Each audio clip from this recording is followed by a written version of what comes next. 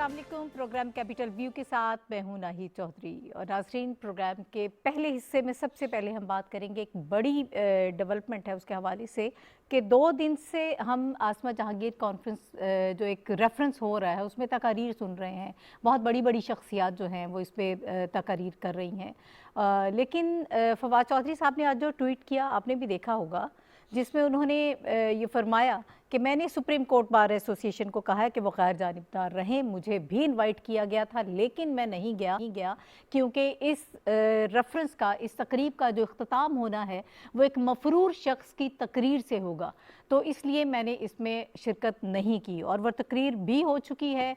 इसमें chief justice गुलजार अहमद साहब जो हैं उन्होंने भी कल स्पीच की थी, उनकी तकरीर भी। अली अहमद कुर्द साहब ने बहुत सारी ऐसी चीज़ें की हैं कि शायद ऐसी बातें की हम उसे यहाँ पर ऑनर नहीं कर सकते, लेकिन बहुत सारी ऐसी चीज़ें इसमें हुई हैं। असल चीज़ ये है कि इसमें जो इंतज़ामिया है उसकी गैर जानिबदारी कहाँ गई? क्या ये 20 करोड़ आवाम के साथ मजाक किया जा रहा है, या फिर अदलिया की जो तज़हीक की जा रही है इसका मकसद क्या है, क्या चाहते हैं और आगे क्या होने वाला है? ये सारी चीज़ें हम डिस्कस करेंगे। और मैं ये बता दूं कि प्रोग्राम में मुझे ज्वाइन कर रहे हैं शहजाद और तजिएकार हैं, एंकर पर्सन है। बहुत शुक्रिया शहजाद आपका हमें ज्वाइन करने के लिए। और इनके साथ साथ हमारे सीनियर एनालिस्ट, सीनियर जर्नलिस्ट अजीम चौधरी साहब हमारे साथ मौजूद हैं प्रोग्राम में। सर आपका भी बहुत शुक्रिया हमें वक्त देने के लिए। और बैरिस्टर वकास अब्रेज़ खान साहब ने हमें ज्वाइन किया है, लॉ एक्सपर्ट है। मेरा ख्याल है कि हम उन्हीं से आगाज़ कर लेते हैं कि ये सारा सिलसिला जो हम देख रहे हैं इस रेफरेंस के हवाले से आपकी क्या राय है, ये हो क्या रहा है, और जो मुंतज़मीन हैं वो क्यों गैर जानिबदार नहीं रहे, और ये एक शख्स जो मफरूर है वो तकरीर कर रहा है, जो पाकिस्तान के ख़िलाफ़, पाकिस्तान के इदारों के ख़िलाफ़ बाहर के मुल्क से बैठकर तकरीर करता है और उसको इजाज़त दे दी गई। ये कितनी बड़ी बात है और ये क्यों इतना बड़ा मजाक किया जा रहा है आवाम के साथ? देखें, ये बड़े अफसोस की बात है, चूँकि बार और बेंच का मैं समझता हूँ कि एक दूसरे के साथ चोली दामन का साथ है और एक ही गाड़ी के दो पहिए हैं। अगर अदलिया और हमारी बार जो है ये स्ट्रेंथन होगी तो हमारे मुल्क के अंदर जो जस्टिस सिस्टम है वो मजीद स्ट्रेंथन होगा और लोगों की एक्सपेक्टेशंस के मुताबिक डिस्पेंशन ऑफ जस्टिस के लिए काम करेगा। लेकिन एक ऐसी जो इम्पोर्टेंट कॉन्फ्रेंस जिस पे पूरा पाकिस्तान अपनी नज़रें जमाए, स्पेशली जो लीगल कम्युनिटी है, उसमें किसी एक ऐसे शख्स को तकरीर करने की इजाज़त देना या किसी की इख्तितामी तकरीर रखवाना जो कि इन्हीं कोर्ट ऑफ लॉ ने डिस्क्वालीफाई किया। He is no more righteous, सेक्जियस के सादिक और अमीन नहीं है। एट द सेम टाइम इनके जब रेफरेंसेस जो थे वो नैब के सामने भेजे गए and he was acquitted by the NAB courts in Pakistan. ये शख्स जो थे फिर उसके बाद से हाई कोर्ट के अंदर इनकी अपीलें भी पेंडिंग है और उसमें भी he is declared absconded by the high courts. इतनी तमाम तर चीज़ें होने के बावजूद एक शख्स जो कि मुजरिम है, जो कन्विक्टेड है, अब्सकॉन्डर है, जो कि इश्तिहारी है, इसके बावजूद भी अगर आप एक वक्त के चीफ जस्टिस को, मुंसिफ को एक तकरीर के अंदर मदऊ करते हैं और उसकी तकरीर करवाने के बाद आप इख्तितामी तकरीर के तौर पे या चीफ गेस्ट के तौर पर उसी शख्स को ला खड़ा करते हैं कि जो उन्हीं अदालतों से कन्विक्ट हो चुके हैं, तो मैं ये समझता हूँ this is something which is condemnable. बार और बार में तो कभी भी इस तरह की प्रैक्टिस देखने को नहीं मिलती कि पॉलिटिकल एफिलिएशन की बेसिस पे या एसोसिएशन की बेसिस पे जो है वो बार के सदर को मुंतखब किया जाए। हमारी बार के अंदर तहरीक इंसाफ से रिलेटेड लोग भी होते हैं, नून लीग से भी हैं, पीपल्स पार्टी से भी हैं, लेकिन जब इनको मुंतखब करने की बारी आती है तो ज़्यादातर जो ग्रुप्स हैं, ग्रुप्स ही की बेसिस पे ये लोग इलेक्टेड होते हैं। और हमेशा जो प्रेसिडेंट इलेक्ट होता है उसकी भी हत्तुल मकान कोशिश यही होनी चाहिए और होती भी है कि आप पॉलिटिकल ऐसी पर्सनैलिटीज जो कंट्रोवर्सी का शिकार हैं या जो कन्विक्टेड हैं उसको तो आप लाकर खड़ा नहीं कर सकते। ये तो इसी तरह है कि कोई मजहबी शख्सियत है, कोई आलम है, कोई फाजिल है, आप उसकी तकरीर करवाने के बाद उसी एरिए से कोई ऐसा लफंगा या रोफर लाकर वहां आप उसकी तकरीर करवा देते हैं। मैं समझता हूं कि ये चीफ जस्टिस ऑफ पाकिस्तान की तज़हीक करने का मुतरादिफ है। इस तरह की चीजें करवाने से पहले वकला साहिबान को भी सोचना चाहिए। मैं भी इसी टीम का हिस्सा हूं, इसी बाज का हिस्सा हूं तो और एक वकास अदना सा साहब, वकील होने क्या की फिर हैसियत ये से समझा जाए, जिस तरह से आपने कहा कि बार में बहुत सारे लोग होते हैं ज़ाहिर है, और मुख्तलिफ जमातों से उनकी एफिलिएशन होती है, तो फिर इस वक्त जो ग्रुप इस वक्त ज़्यादा इन्फ्लुएंस कर रहा है, फिर उसका मतलब ये है कि उसका ताल्लुक समझा जाए ऐसी जमात से जिसके लोग यहाँ पर तकरीर कर रहे हैं, क्या इसको रोकने वाला कोई नहीं है? इदारों की आप तस्दीक कर रहे हैं और जिस किस्म की वहाँ पर गुफ्तगू हो रही है, जो साबिक सदर हैं बार के अली कुर्द साहब, जो उन्होंने तकरीर की कि हम और उसके जवाब में फिर चीफ जस्टिस ऑफ पाकिस्तान को ये कहना पड़ा कि आप इंतशार फैलाने की कोशिश मत करें। देखिए नहीद अजीम साहब भी बैठे हैं, शहजाद साहब भी बैठे हैं, they are very senior journalist और ये बड़े मकीक निगाह से इन चीज़ों को देखते हैं कि ये जितने भी लोग इस वक्त पावर में हैं, स्पेशली हमारी बार को रिप्रेजेंट करते हैं। वैसे तो ये बड़े पाकिस्तान के रिनोड लॉयर्स हैं, बड़ी अच्छी इनकी प्रैक्टिस है, लेकिन इनकी एफिलेशन भी है एक पोलिटिकल पार्टी से, और तारड़ साहब की एक पोलिटिकल पार्टी से एफिलेशन है जिसकी बेसिस पे उनको सेनेटर भी मुंतखब किया गया।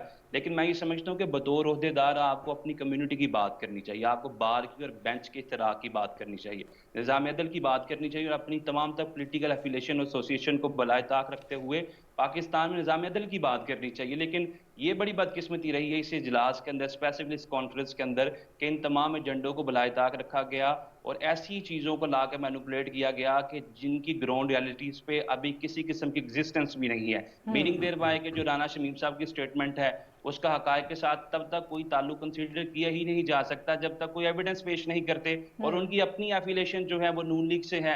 एट द सेम टाइम बहुत से ऐसे लोग हैं कि जिनकी एफिलेशन नून लीग से, लेकिन अपनी एफिलेशंस की बुनियाद पे आप अगर जजेस की या अदलिया की तस्हीक करते हैं, इनका तमस्सर उड़ाते हैं या इनके तकद्दुस या तकरीम की धज्जी उड़ाने की कोशिश करते हैं, तो this is something what, this is something wrong है, दिस इज कंडेमेबल। हमें इसे कंडेम भी करने की जरूरत है। बतौर एक लॉ के स्टूडेंट के तौर पे मैं ये ज़रूर बात करूंगा कि हमारी जो डिग्निटी है, हमारा वकार है, हमारा आइन जो कि अदलिया को देता है, वो एक इंडिपेंडेंट जुडिशरी है, और अगर जुडिशरी में कोई एक आधा शख्स मुतनाज़ा है जिसकी क्रेडिबिलिटी या करैक्टर को आप इंजोर करके पूरी जुडिशरी पर उसका मलबा डालना चाहते हैं, तो ये भी चीज़ बड़ी काबिल अफसोस है। ठीक है अजीम चौधरी साहब, सर आपकी राय क्या है इस सारी सिचुएशन पर कि इस वक्त जो चीज़ें हो रही हैं, कभी सरीना में कॉन्फ्रेंस होती है, कल सरवर बारी साहब की भी आपने प्रेस कॉन्फ्रेंस सुनी होगी जिसमें बताया गया कि किस तरह से फंडिंग हो रही है और पस मंज़र में क्या चल रहा है, और अब आज जो तकरीर हुई है, तो ये सारी चीज़ें सर इसका क्या मकसद है? बहुत शुक्रिया आपका। मकसद तो बहुत वाज़ेह है कि इसके पॉलिटिकल मोटिव्स हैं वो उनको पूरा करना चाहते हैं और उसके लिए प्लेटफॉर्म इस्तेमाल किया जा रहा है। अफसोस यह है कि एक ऐसा प्लेटफॉर्म जिसको इस्तेमाल करने के लिए चीफ जस्टिस को भी मदऊ किया गया और लोगों को भी मदऊ किया गया, वो पॉलिटिकल पर्पस इसके लिए नहीं होना चाहिए। बिल्कुल। अगर चीफ जस्टिस को आप मदऊ कर रहे हैं तो इसका मतलब यह है कि आप पाकिस्तान की एपेक्स कोर्ट के चीफ जस्टिस को बुलाकर ये फैसला करवाना चाहते हैं कि पॉलिटिकल चीज़ें कहाँ जा रही हैं। ऐसा नहीं हो सकता। यानी मैसेज आप ये देना चाहते हैं? जजों का कोई ताल्लुक नहीं है पॉलिटिक्स से, होता नहीं है। अगर एक पॉलिटिकल शख्स जज बन जाए तो वो पॉलिटिक्स से अपने आप को बिल्कुल अलग कर लेता है। हमारे पास मिसाल मौजूद है जस्टिस जावेद इकबाल साहब की। उन्होंने भट्टो साहब के खिलाफ इलेक्शन लड़ा, लेकिन उसके बाद वो जज बने तो जज के तौर पर ही काम करते रहे, फिर वो पॉलिटिक्स की तरफ किसी तरह भी नहीं गए। सही। जज हजरात को भी नहीं चाहिए कि वो पब्लिक प्लेसेस पे जाएं और जाके तकरीरें करें। मेरा नहीं ख्याल कि ये मुनासिब है किसी भी तरह कि जज साहिबान जो हैं वो इस बात को महसूस ही ना करें कि वो किस जगह पर जा रहे हैं और वहाँ क्या समा बन जाएगा। इतना तो प्रेडिक्ट किया जा सकता है, सब पढ़ सकते हैं। ये फोरम और मोहतरमा जिनके हवाले से ये फोरम बना हुआ है, उनकी अपनी ज़िंदगी भी कंट्रोवर्सी से भरी हुई है। वो मुख्तलिफ औकात में मुख्तलिफ तरह के वाक़यात का वो हिस्सा रहीं और वो सब के सब ऐसे थे कि जिनके नतीजे में पाकिस्तान में कंट्रोवर्सीज़ को बहुत ज़्यादा हवा मिलती रही। बांग्लादेश से जाके अवार्ड भी उन्होंने लिया था और लोग भी थे, वो कल इस महफिल में भी शरीक थे, आज भी शरीक थे। यूँ महसूस होता है कि पाकिस्तान की जुडिशरी को मुलायन करने के लिए एक और कोशिश की जा रही है। पाकिस्तान के इदारों पर पहले तो बहुत उंगली उठती रही है, हम देखते रहे हैं और हम जानते हैं कौन उठाता है और क्यों उठाता है, उसके अपने मोटिव्स होते हैं। लेकिन पॉलिटिक्स के लिए मुल्क के पूरे निज़ाम को दाव पे लगा दिया जाए, ये एक नाकाबिल तलाफ़ी नुकसान है और जुर्म है। मैं तो इसको जुर्म से कम मानता ही नहीं। इन NGOs को जिनके हवाले से ये तंजीमें बनी हुई होती हैं, उन NGOs के बारे में 6-7 साल पहले एक क्रैकडाउन हुआ था और बहुत सारी की रजिस्ट्रेशन मनसूख कर दी गई थी। शहजादा आपको याद होगा। जी बिल्कुल। इनमें बहुत सारे लोग ऐसे हैं जो गैर मुल्की एजेंडे पर काम कर रहे होते हैं, बहुत सारे ऐसे हैं जो डिस्टेबलाइजेशन के लिए काम कर रहे होते हैं, ऐसे भी मौजूद हैं जो पाकिस्तान की वेलफेयर के लिए काम कर रहे होते हैं, गरीबों, मजदूरों, बेवों, यतीमों, जाने किस किस के लिए काम कर रहे होते हैं और दिन रात काम कर रहे होते हैं। वो खिदमत खल्क का मामला है। यहाँ खिदमत खल्क का उनसर नजर नहीं आ रहा, यहाँ तकरीबकारी नजर आ रही है, यहाँ ज़हनी तौर पर एक खलफशार नजर आ रहा है। और नजर ये आ रहा है कि इसके नतीजे में इस प्लेटफॉर्म को इस्तेमाल करके बड़े प्लेटफॉर्म पर जाने की तैयारी हो होगी, रही है, ताकि मुल्क में पोलिटिकल अदम इस्तेहकाम जो है उसको पैदा किया जाए।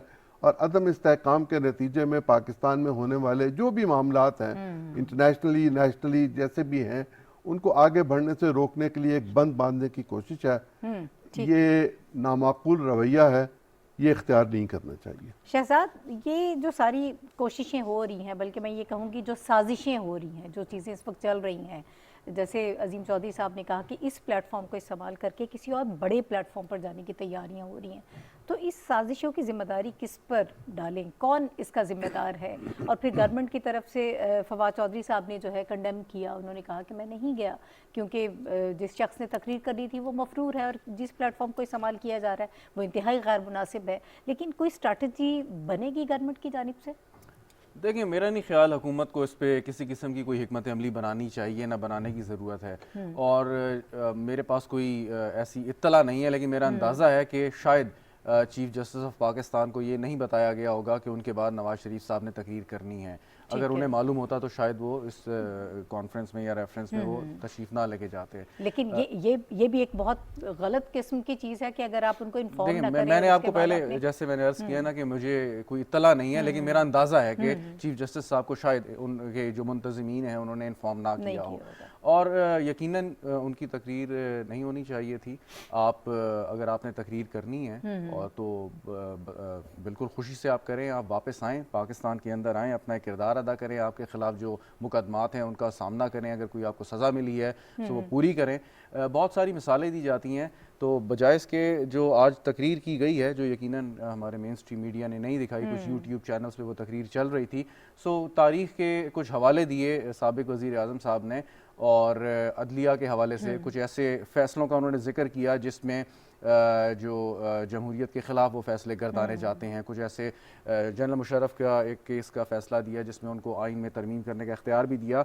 लेकिन फ़र्क ये है कि अगर ये बात अज़ीम चौधरी साहब कर रहे हो या कोई ऐसा शख्स कर रहा हो जो माजी में इन तमाम तर साजिशों का, इन तमाम तर कंट्रोवर्सीज़ का हिस्सा ना रहा हो, तो हम उसकी बात पर यकीन भी कर सकते हैं, कह भी हैं।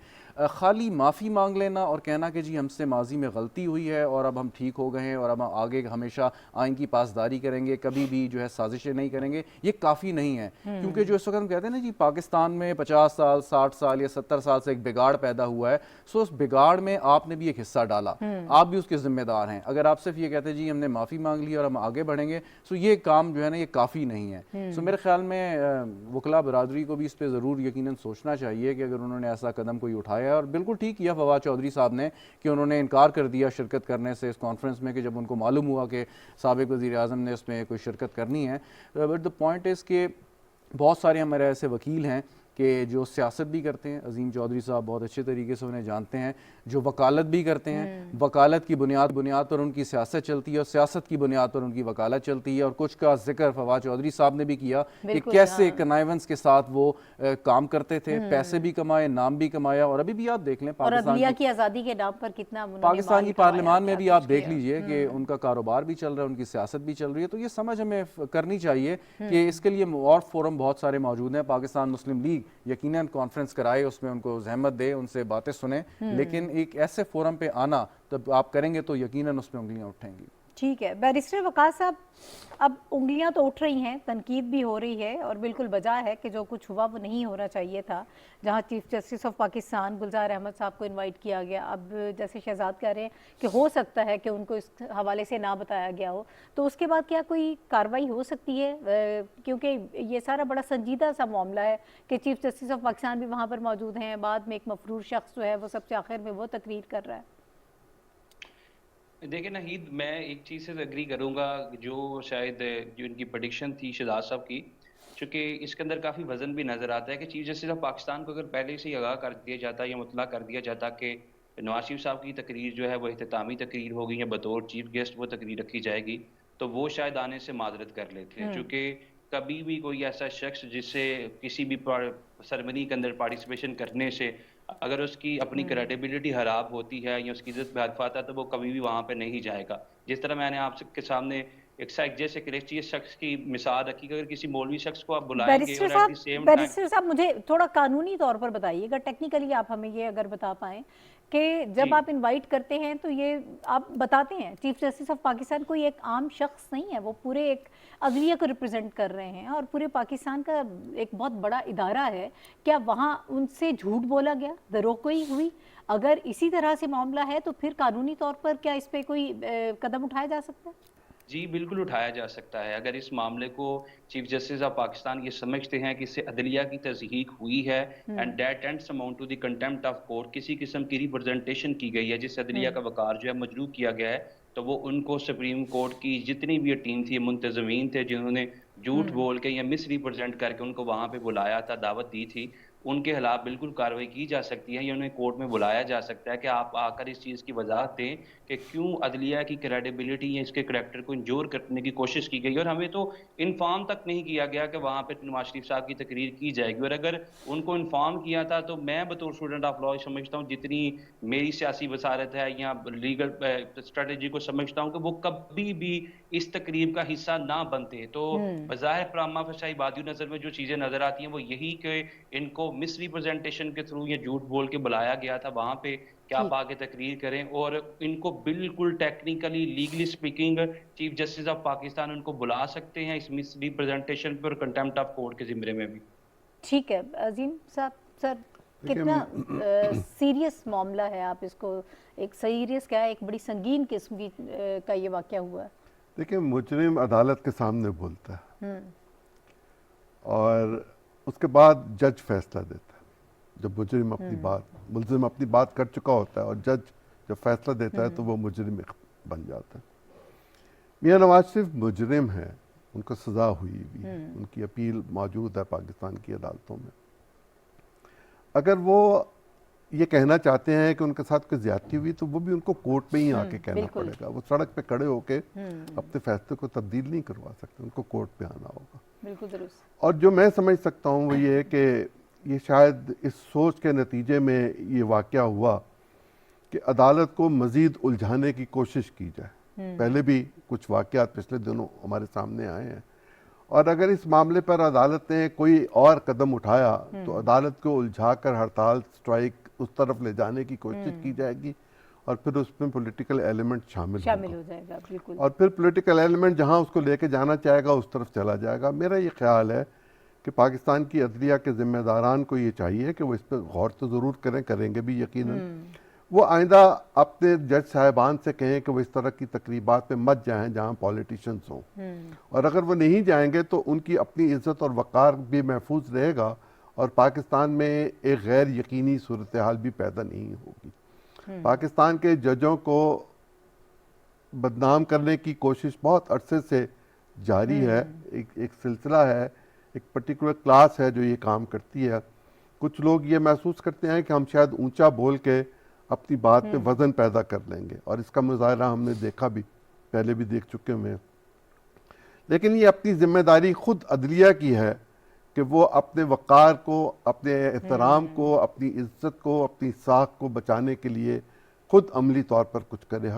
यकीनन हुकूमत या मैं और आप तो इसमें फ्रीक नहीं बन बात सकते, ही कर सकते हैं हम ना, यही कर सकते हैं जो हम कर रहे हैं कि हम राय अम्मा को हमवार करने की कोशिश, लेकिन तावक्त एक अदलिया खुद कोई कदम नहीं उठाएगी इस हवाले से कि मजीद कंट्रोवर्सी भी ना बढ़े और ये मामला भी रुक जाए, उससे पहले कुछ नहीं हो सके। Very true. शहजाद, आप क्या सोचते हैं? जी, मैं अजीम चौधरी साहब दुरुस्त बात कर रहे हैं और बिल्कुल उन्होंने सही कहा कि जज साहिबान जो हैं बहुत मुअज़्ज़ज़ शख्सियात होती हैं किसी भी माशरे में, उनको अवॉइड करना चाहिए। और हमने जो पढ़ा और देखा कि जज साहिबान जब किसी अहम मुकदमे को सुन रहे होते थे सो वो अपना ताल्लुक तोड़ लेते थे पब्लिक से। वो इवन के अखबार पढ़ना भी छोड़ देते थे ताकि किसी भी किस्म की ओपिनियन असरअंदाज ना हो सके उन पे। और जैसे कुर्द साहब की आपने बात की, उन्होंने कुछ मुतनाज़ बातें की अपनी, बल्कि अच्छी खासी मुतनाज़ बातें की, तो उसके जवाब में चीफ जस्टिस साहब को एक तकरीर करनी पड़ी और उसमें उनको जवाब देना पड़ा। थोड़ा सा मैं लगा कि वो अपने इदारे के बारे में यकीनन उनका एक जज्बात भी हैं, वाबस्तगी है उसके साथ, लेकिन असूलन कानूनदान बैठे हैं हमारे साथ, वो ज़्यादा बेहतर बता सकते हैं कि अगर कुर्द साहब ने कोई ऐसी बात की जो तौहीन के ज़ुमरे में आती है, सो एक इस्तेहकाक है अदालत का, जज का, उसके तहत जो है उनको बुला के उनसे पूछा जा सकता है कि आपने ऐसी बात की जिससे तौहीन का पहलू निकलता है।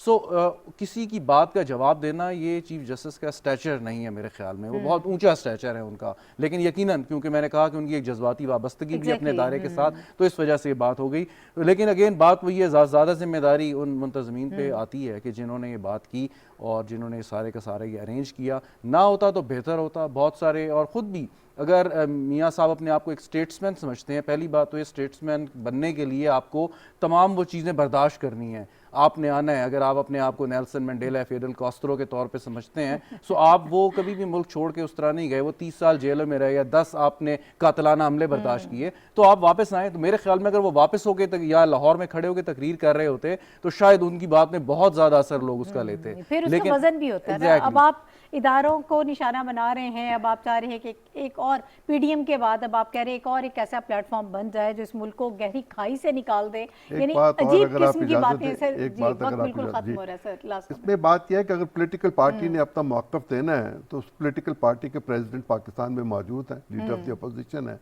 वो बात कर सकते हैं, दे सकते हैं। जी सर, वक्त बिल्कुल गया, बहुत शुक्रिया जी। वकास साहब भी हमारे साथ मौजूद थे, इस हवाले से गुफ्तगू कर रहे थे। नाज़रीन, अभी एक ब्रेक मुझे लेना है। अजीम चौधरी साहब और शहजाद साहब मेरे साथ मौजूद हैं, उसके बाद हम वापस आते हैं। कुछ और इश्यूज़ है जिस पर बात होगी एक ब्रेक के बाद।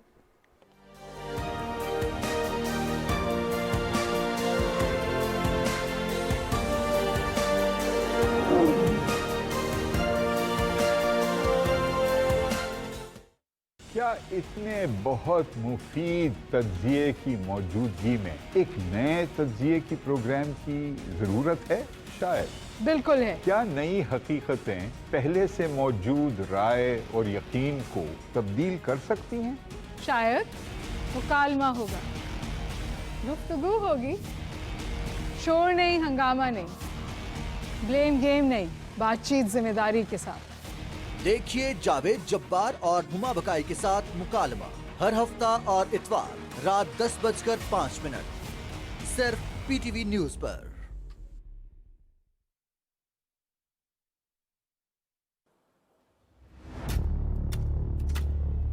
तेजी से बदलती हुई खबर की दुनिया में सही और मुसद्दिक़ा इत्तला की जुस्तजू और हुसूल फिक्र व तहकीक और तदब्बुर के बगैर मुमकिन है। पस मंजर के पर्दों में कोई इत्तला हतमी नहीं, सियाक़ व सबाक़ को समझे बगैर कोई तज्ज़िया मुकम्मल नहीं। तहकीक से सच की निशानदही एक पेशावराना जिम्मेदारी है, क्योंकि सच नाकाबिल तरदीद है, हर आने वाली खबर नहीं।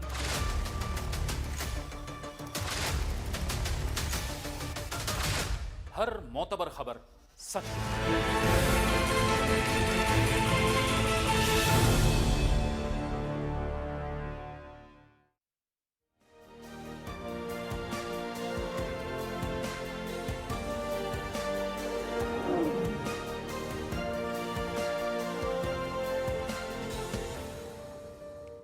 Welcome back to the show. नाज़रीन, हम यहाँ पर बात करेंगे कुछ भारत की तरफ से जो जंगी जुनून हम देख रहे हैं उसके हवाले से, और पाकिस्तान उसको किस तरह से रिस्पॉन्ड कर रहा है। बार बार भारत की तरफ से धमकियाँ दी जाती हैं। अब आज भी उनके वज़ीर दिफा ने जो है वो इसी किस्म की धमकियाँ उन्होंने दी और उन्होंने पाकिस्तान में फ़ज़ाई हमले और सर्जिकल स्ट्राइक की बात की। लेकिन इसके बावजूद पाकिस्तान हर मौके पर जो है बड़े संजीदगी से और बड़े बेहतरीन अंदाज में इसको रिस्पॉन्ड करता है। और हमारी ये कोशिश रही है हमेशा से कि मामले को किसी बेहतर तरीके से लेकर आगे बढ़ा जाए। इमरान खान साहब हमेशा से इसी इरादे के साथ चलते रहे हैं और इसी के तहत नवंबर 2019 में करतारपुर का भी इफ्तिताह कर दिया गया था।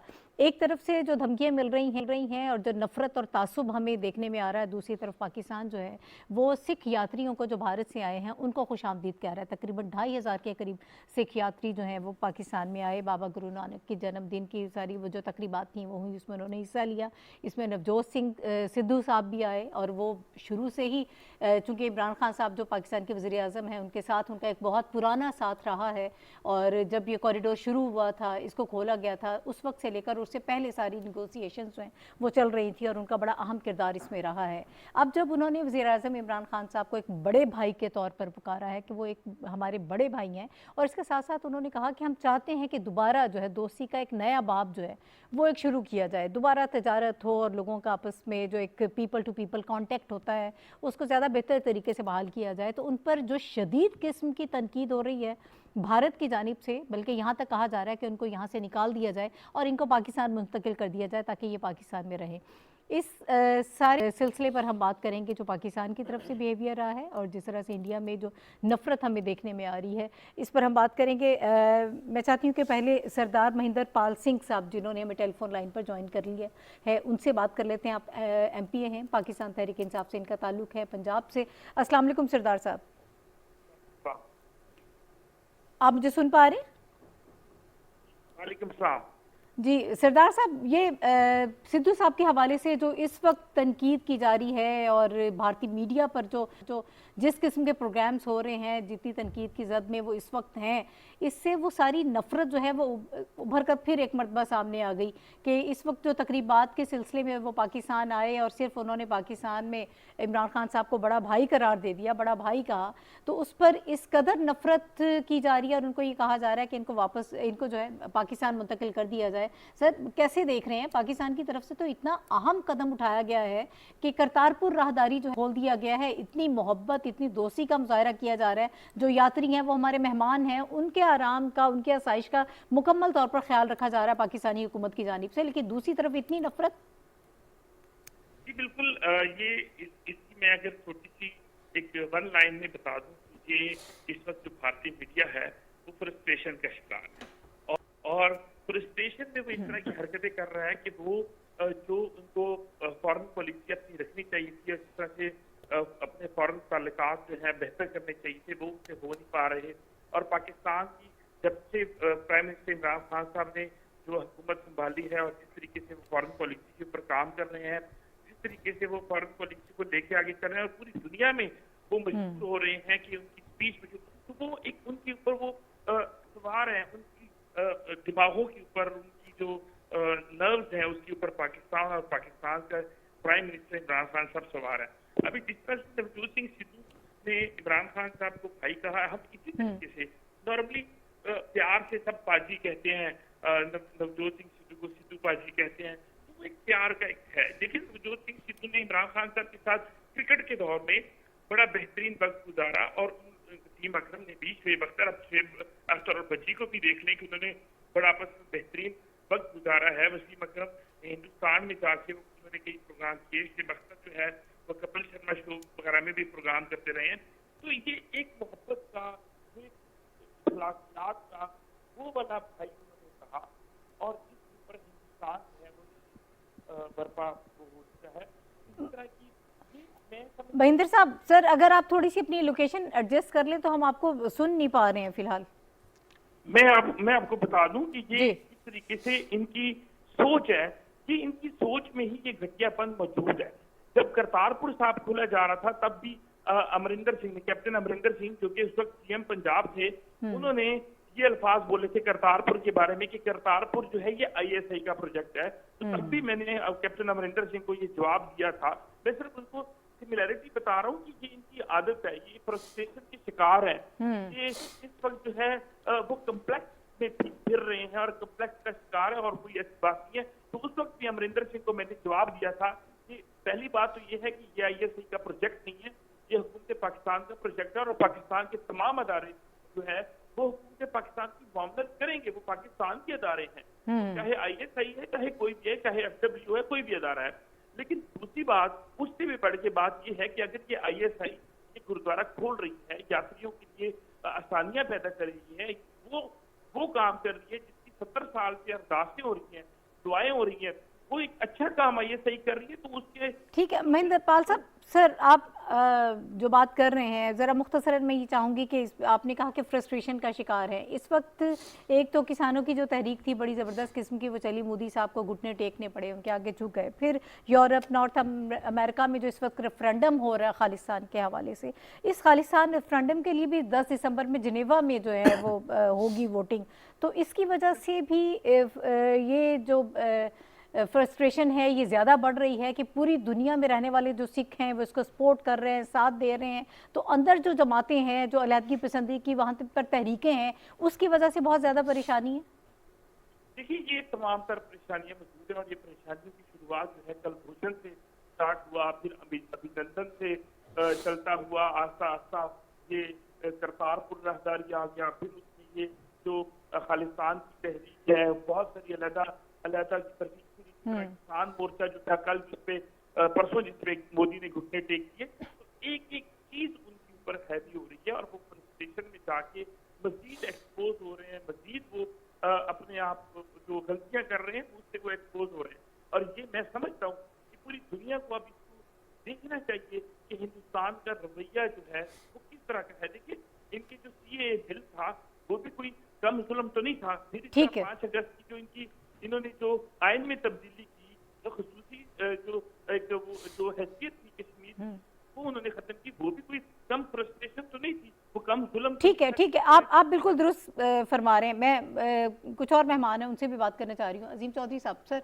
नफ़रत का मोहब्बत का जवाब जो है वो इस कदर नफ़रत से, और ये कोई नई बात नहीं है, हमेशा से ये होता है, लेकिन पाकिस्तान की जो पॉलिसी है वो बड़ी वाज़े रही है, हमेशा से हम इसी तरह से रिस्पॉन्ड करते रहे हैं। अब जो फ्रस्ट्रेशन जिसकी तरफ इशारा कर रहे हैं सरदार साहब भी, ये इस कदर बढ़ गई है इंडिया में, और बीजेपी इस वक्त इतनी बौखलाहट का शिकार है कि इस किस्म की चीज़ें भी जो हैं छोटी मोटी, कि आपके मीडिया के ऊपर आप उसको प्रमोट करें कि वहाँ पर तकरीबात हो रही हैं, आपके मुल्क में रहने वाली एक बड़ी जो कौम है, सिख बिरादरी है, वो उनका मजहबी त्यौहार है, उसकी बजाय आप नफ़रत की तरफ जा रहे हैं। भाई, पाकिस्तान से गया हुआ एक गुब्बारा भारत के लोग बर्दाश्त नहीं करते। आप क्या कह रही हैं? देखिए, भारत अपने आप को सेकुलर मुल्क कहा करता था।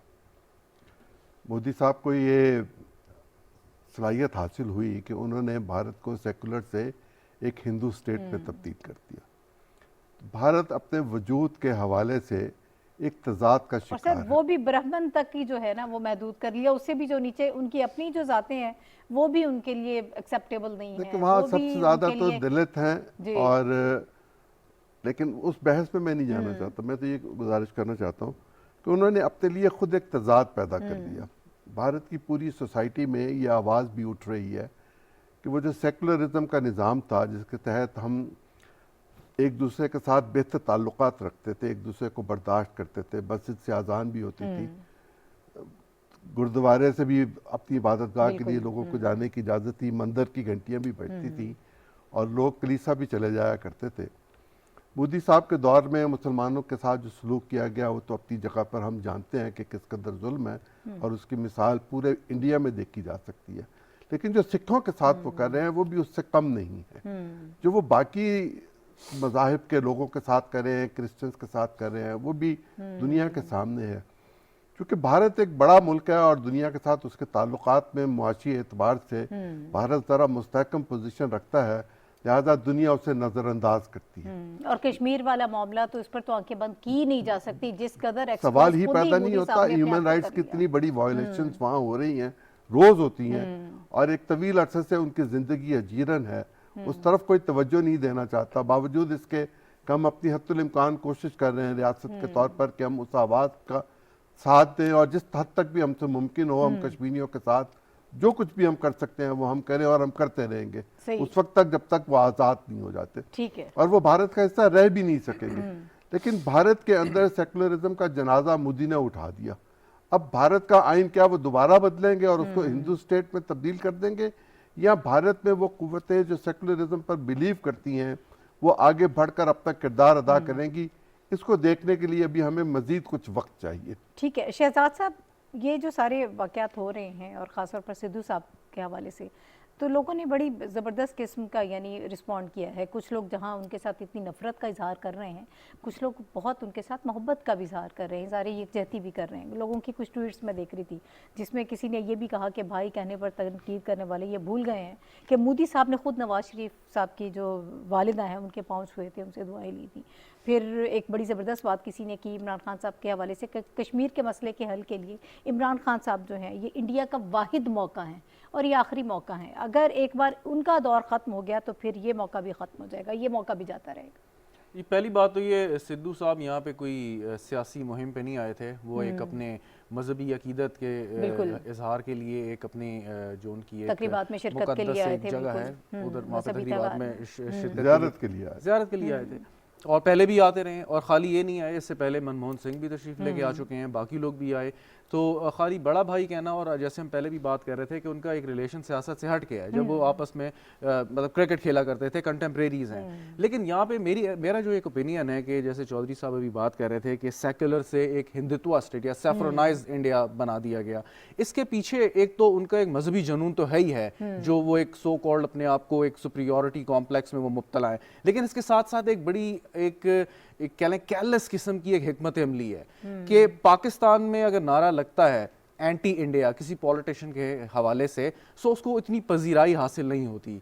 लेकिन अगर भारत में नारा लगेगा और पाकिस्तान को इस्तेमाल करते हुए लगेगा तो उसको बहुत पजीराई हासिल होगी। मोदी साहब 2 दफ़ा वजीर आज़म बन चुके हैं, लॉन्गेस्ट सर्विंग प्राइम मिनिस्टर हैं, अगली दफ़ा भी देख रहे हैं। तो ये एंटी पाकिस्तान रेटरिक जो है ये भारत में बड़ी बिकती है। और अगले साल जो है वो 2 अहम स्टेट्स में इलेक्शन होने जा रहे हैं और इस सारी वॉन्ग मॉन्गरिंग के पीछे एक तो ये है कि पाकिस्तान के खिलाफ उन्होंने अपना एक जहर उगलना है, बिल्कुल एंटी माइनॉरिटी उनके एक स्ट्रैटेजी है, लेकिन साथ साथ उसको वो अपने सियासी मकासद के लिए इस्तेमाल करते हैं, जो हमने देखा और जो बिकता है। आपको आप उत्तर प्रदेश में इलेक्शन होने जा रहे हैं, वहाँ आप देखें कितने मुसलमानों को बीजेपी ने नुमाइंदगी दी है, वहाँ का जो चीफ मिनिस्टर है उसके क्या ख्यालात हैं योगी आदित्य के, या नरेंद्र मोदी खुद भी जब चीफ मिनिस्टर थे उनका क्या ट्रैक रैकेट था। तो ये सारी की सारी चीज़ बीजेपी ने इस मजहबी जो एक हिकमत अमली है इसको वेपनाइज कर दिया है और वेपनाइज करके उसको अपने सियासी मकासद के लिए इस्तेमाल किया और अनफॉर्चुनेटली ये 2014 से लेके अब तक ये बिक रहा है, कामयाब जा रहा है। तो मुझे नहीं कोई इस किस्म की उम्मीद कि ये अगले आने वाले सालों में भी अपनी इसको एंटी पाकिस्तान रेटरिक को कम कर सकेंगे। ये तो उसी वक्त होगा ना जब विद इन इंडिया भी आवाज़ें जो हैं जो कुछ तो उठती हैं, लेकिन वो उस कदर अंडरस्टैंडिंग जो है वो लोगों की भी वहाँ पर नहीं है। पाकिस्तान में कभी इस किस्म की नाराबाजी नहीं हुई, या हमारे यहाँ इलेक्शन में जो है एंटी इंडिया कभी कोई इस किस्म के स्लोगन्स या इन चीज़ों को इस्तेमाल नहीं किया गया और ना ही यहाँ पर लोग इसको बाय करते हैं। बहरहाल इस सारी गुफ्तगू में हमारे साथ सरदार महेंद्रपाल सिंह साहब भी मौजूद थे, आपका बहुत शुक्रिया। अभी एक ब्रेक हम ले रहे हैं, ब्रेक के बाद वापस आते हैं फौरी और एक और टॉपिक उस पर हमें बात करनी है। हमारे साथ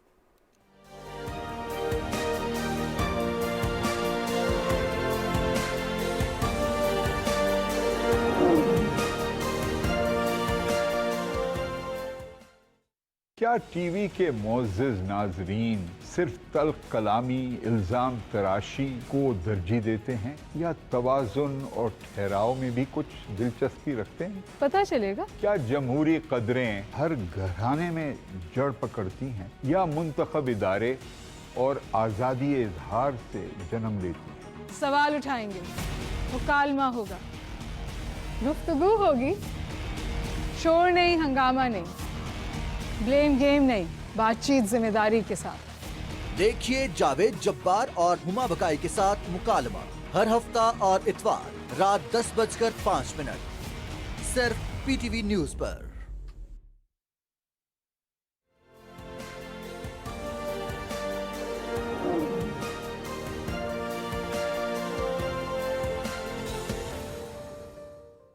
एक बार फिर आपको खुशामदीद कहेंगे प्रोग्राम में। नाज़रीन, अपोजिशन की जानिब से जो इस वक्त कोशिशें की जा रही हैं और अपने आप को ये शो किया जा रहा है, नाकाम कोशिश की जा रही है बल्कि ये जाहिर करने की कि हम अभी भी इकट्ठे हैं, हम अभी भी मुत्तहिद हैं। हालांकि चीज़ें जो हैं वो बिल्कुल वाज़ेह हो गई हैं और PDM के गुब्बारे से हवा तो बहुत तरसा हुआ निकल चुकी है, लेकिन इसके बावजूद ये कोशिश की जा रही है कि अपने वोटर्स को जो है थोड़ा सा उन्हें बताया जाए और ये उनको शो किया जाए कि हम अभी भी इकट्ठे हैं और शायद हम कुछ ऐसा कदम उठा सकते हैं या इस तरह की चीज़ें हो सकती हैं कि जो मुल्क में अदम इस्तेहकाम ला सकती हैं।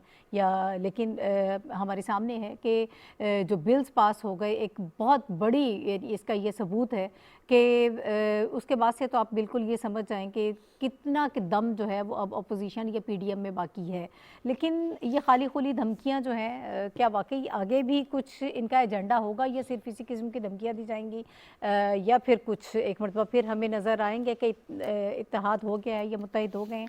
इस सारी चीज़ पर गुफ्तगू करने के लिए मैं चाहती हूँ कि एक तो हम इस वक्त शामिल कर लेते हैं खालिद कयूम साहब को, जो तजियाकार हैं और टेलीफोन लाइन पर हमारे साथ मौजूद हैं। फिर उसके बाद मैं बात करूँगी अजीम चौधरी साहब से और शहजाद साहब से। अस्सलाम वालेकुम खालिद कयूम साहब। जी वालेकुम अस्सलाम। सर, अभी भी कोई दमखम लग रहा है आपको इतनी शिकस्त होने के बावजूद?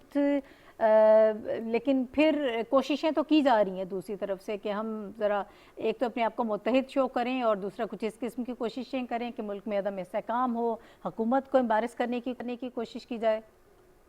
देखिए जी, ये कोशिशें तो पिछले 3 साल से 3.5 साल से जारी हैं, लेकिन असल मसला ये है कि जो अपोजिशन जमातें हैं, अपोजिशन जमातों के अंदर जो मफादात का टकराव है आपस में, और दूसरा एक दूसरे पर जो उनकी बदइत्मादी है, उसकी बिना पर चीजें जो हैं वो आगे की तरफ नहीं बढ़ रही। क्योंकि हमारी जो अपोजिशन है उसकी सियासत के अंदर इस वक्त बहुत ज्यादा जो है वो तजादात हैं। पार्लियामेंट के अंदर अगर आप देखें और पार्लियामेंट के बाहर देखें तो किसी भी सतह पर किसी भी जगह जो है अपोजिशन की एक सोच हमें नजर नहीं आती। खास तौर पर अगर आप देखें कि पीपल्स पार्टी पार्लियामेंट के अंदर तो शहबाज शरीफ साहब की सोच पर इत्तेफाक करती है, लेकिन ये वो सोच है जो बेअसर जो है इस मामले, क्योंकि असल जो शहबाज शरीफ साहब हैं वो तो बेख्तियार हैं, क्योंकि जो फैसला साज हैं वो तो पार्लियामेंट से बाहर हैं। और दूसरा एक जो बड़ा तजाद मैं आपको बताऊं कि जो पीडीएम के सरबराह हैं मौलाना फरमान, उनके तो अपने खुद बड़े तजादात हैं। वो पंजाब के अंदर कोई और सियासत करते हैं, वफाक के अंदर और सियासत करते हैं, सिंध के अंदर जीडीए के साथ, जीडीए जो हुकूमत की का हलीफ इत्तेहादी हैं, उनके साथ मिलकर वो पीपल्स पार्टी के खिलाफ लाड़काना में इलेक्शन लड़ते हैं। वो बलूचिस्तान के अंदर बाप पार्टी के साथ मिलकर सियासत करते हैं, और जब पीपल्स पार्टी यूसुफ रजा गिलानी को अपोजिशन लीडर बनाने के लिए बाप के वोट लेती है तो उनको पीडीएम से निकाल दिया जाता है।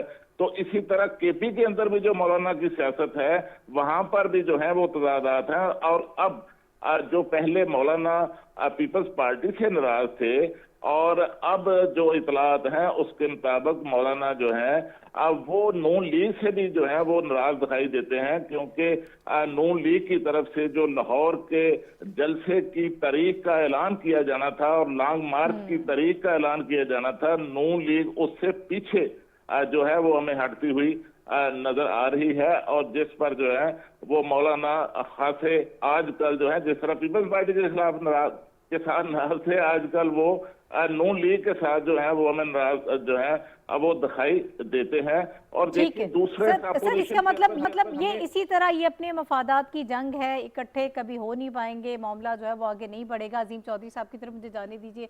सर, आगे कोई एजेंडा है, क्या करना चाहते हैं? कुछ एजेंडा तो उनका एक ही है ना, उस पर तो वो मुस्तकिल तौर पर खड़े हैं। फुलझड़ियां तो छोड़ेंगे ना, खबरों में तो रहना है। तो वो तो उनका राइट है, उनका राइट है। देखिए, पार्लियामेंट से कानून पास होता है अक्सरियत की बुनियाद पर, और अक्सरियत के साथ ही हुकूमत बना करती है। हुकूमत मौजूद है, एक वोट पर भी हुकूमत बनती है। पाकिस्तान में हमने देखा, आपको याद है जमाली साहब एक वोट पर हुकूमत बनी, और उस पार्लियामेंट ने अपना वक्त पूरा किया, जमाली साहब वक्त पूरा नहीं कर सके। तो ये तो कोई ऐसी अनहोनी बात नहीं है कि लेजिस्लेशन हो जाए और हुकूमत चलती रहे। अपोजिशन की मुख्तलिफ सियासी जमातें मुख्तलिफ सोच रखती हैं, उनमें हम मांगी नहीं है।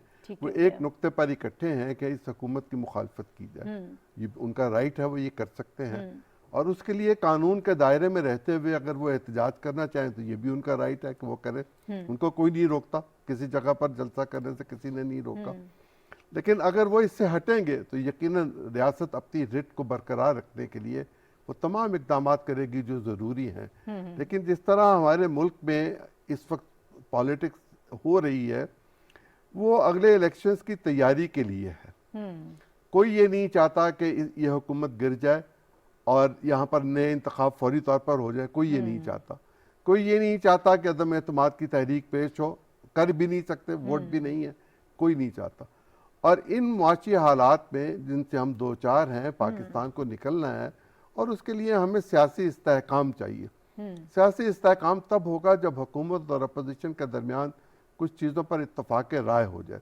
जो अनसीन इत्तफाक राय हम देखते हैं उसको अगर खुल के कर लिया जाए, सामने कर लिया जाए, तो पाकिस्तान के लोगों में एक सियासी तजाद जो है और सियासी इख्तलाफ है और जो इस हद तक बढ़ जाता है कि एक दूसरे को बर्दाश्त नहीं करते, उसके लिए बर्दाश्त का हौसला पैदा हो जाएगा और मुल्क में एक बेहतरी की सूरत होगी। ठीक है शहजाद साहब, आप आवाम को क्या इस कदर बेवकूफ़ बना सकते हैं जो इस वक्त हमें स्ट्रेटजी नज़र आ रही है? आपका अपना कोई बयानिया नहीं है, बड़ी गैर वाज़ेह किस्म की चीज़ें हैं जिस किस्म के बयानात आप दे रहे हैं, अंदर टूट फूट आपकी हो रही है, आप लोगों को ये शो करते हैं कि हम इकट्ठे हैं, तो क्या आवाम एक मरतबा फिर इस चक्कर में आ सकते हैं?